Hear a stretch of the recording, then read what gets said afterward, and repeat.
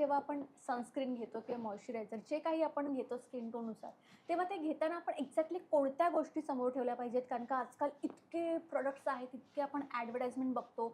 आपल्याला वाटतं सगळंच घ्यावं, पण एक्झॅक्टली आपल्या स्किनला काय सूट करतं हे आपल्याला माहीतच नसतं आणि ते करेक्ट. डॉक्टरच सांगू शकतात. पण कोण तेवढं कष्ट घ्यायला जात नाही, डॉक्टरकडे करेक्ट. जात नाही. स्वतः डॉक्टर होतात आणि आपण स्वतः विचार करतो, की मला हे सूट करेल, ते सूट करेल. सो ॲटलीस्ट बेसिक काहीतरी जे घेताना आपल्याला माहिती असावं, की हां, हे सेफ आहे. Broadly to tell you, first step is आपला स्किन टाईप आयडेंटिफाय करणं खूप हं. महत्त्वाचं आहे. If I have very dry skin आणि मी खूप लाईट वेट मॉइश्चरायझर वापरला, हां. सो आजकाल काही प्रॉडक्ट्स खूप व्हायरल झालेत, light weight moisturisers in this that. पण तेच products if somebody with very dry skin uses it's not going to work obviously. किंवा माझी खूप ऑइली स्किन असेल आणि मी खूप हेवी मॉइश्चरायझर वापरला, obviously I might have acne, मला काहीतरी त्याचा त्रास होईल. सो तुम्ही तुमच्या स्किन टाईपप्रमाणे प्रॉडक्ट्स चूज करणं खूप इम्पॉर्टंट आहे. सनस्क्रीनची दुसरी गोष्ट मी सांगते, no two people like the same sunscreen. Okay. कोणाला मॅट आवडतं, कोणाला जेल बेस्ड आवडतं, कोणाला क्रीमी आवडतं, कोणाला टिंटेड आवडतं. So just because something is viral तुम्हाला आवडेल ह्याची गॅरंटी नाही आहे. ट्राय टू आयडेंटिफाय तुम्हाला कसा लुक आवडतो तुमच्या चेहऱ्यावर, हं. त्याप्रमाणे चूज करा. ऑब्व्हियसली SPF बघा. SPFपेक्षा इम्पॉर्टंट PA रेटिंग बघा. पियर आहे. PA रेटिंग, कारण आपल्या स्किन टाईप्समध्ये बेसिकली वी गेट पिगमेंटेशन. आपल्याला सनबर्न किंवा स्किन कॅन्सरचा एवढा रिस्क नाही आहे. आपल्याकडे प्रोटेक्टिव्ह पिगमेंट आहे मेलॅनिनचं. हं, हं. हे सगळं व्हाईट लोकांमध्ये जास्त होतं. We are worried about pigmentation and anti ageing. त्याच्यासाठी your PA rating is more important. So PA rating minimum 3+ पाहिजे सनस्क्रीनमध्ये. दुसरी गोष्ट, जे सिरम्स वगैरे आहेत ते पण तुमच्या स्किनची काय नीड आहे त्याप्रमाणे तुम्ही बघा. जर तुम्हाला अँटी एजिंग हवं असेल तर vitamin C, peptides, niacinamide, retinol. जर तुम्हाला डिपिगमेंटिंग हवं असेल तर डिपिगमेंटिंग सिरम्स असतात, जसं glycolic acid, kojic acid, tranexamic acid, azelaic acid. त्याप्रमाणे तुम्ही चूज करू शकता. ओके.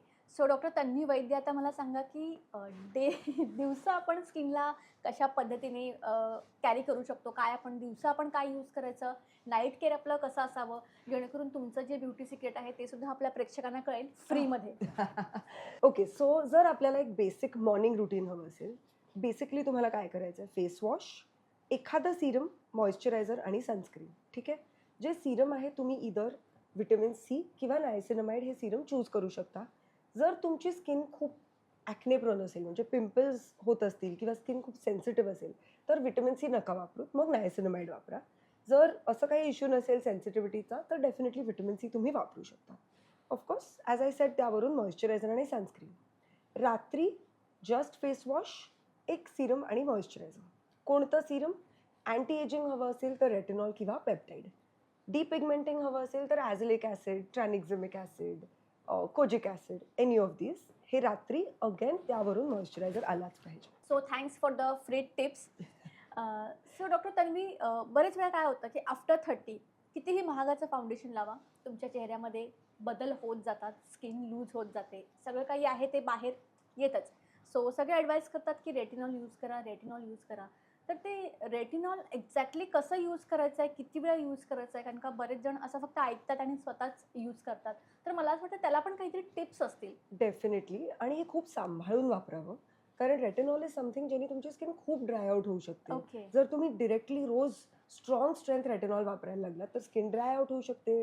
विंटरमध्ये फुटल्यासारखी होऊ शकते, पिंपल्स येऊ शकतात. So you to be very careful with retinol.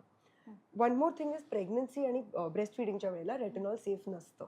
So definitely जर तुम्ही प्रेग्नन्सी प्लॅन करत असाल किंवा ब्रेस्ट फिडिंग करत असाल तर हे तेव्हा नाही वापरायचं. इनिशियली खूप लो स्ट्रेंथ रेटिनॉलनी सुरू करायचं. मे बी 0.1, 0.3 किंवा मॅक्सिमम 0.5% सुरुवातीला. आठवड्यातून 2दाच वापरायचं.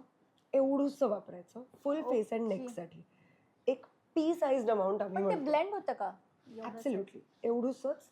And layer it well with a moisturiser. पूर्ण चेहऱ्यावर स्प्रेड म्हणजे करून आधी मॉइश्चरायझर लावायचं आणि मग ते लावायचं आणि पुन्हा मॉइश्चरायझर लावायचं. Yes, that is called a sandwich. Sandwich technique. Very good. Wait, मी अजून काहीतरी बोलणार होते. हां.